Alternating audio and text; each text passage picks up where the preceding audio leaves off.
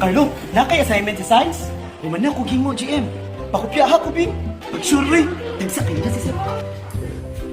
Isang napakagandang umaga, mga munting makata. Magandang umaga, hindi po, sir. Ako si Ginoong Francisco Balagtas.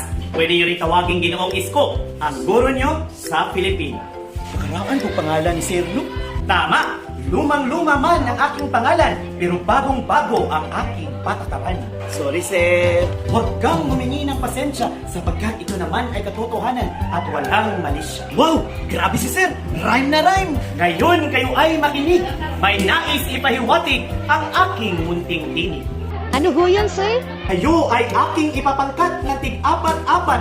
Gagawa kayo ng tula at dito sa harapan nyo, ilalapak. GM, kita mo grupo. Kayong apat ang magkagrupo. Sana'y magtulungan kayo para maganda ang inyong grado.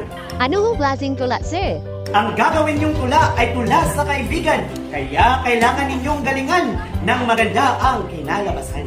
Kaya huwag mag-alala, ipikit lang ang mata. Pahinga muna. Ako na bahala na, Sir. Okay lagi na ang performance.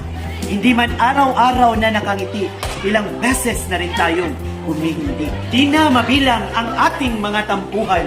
Away bati, di na namamalayan. Pag sure mo'y, tayo ay humayo na at gagawa ng magandang tula.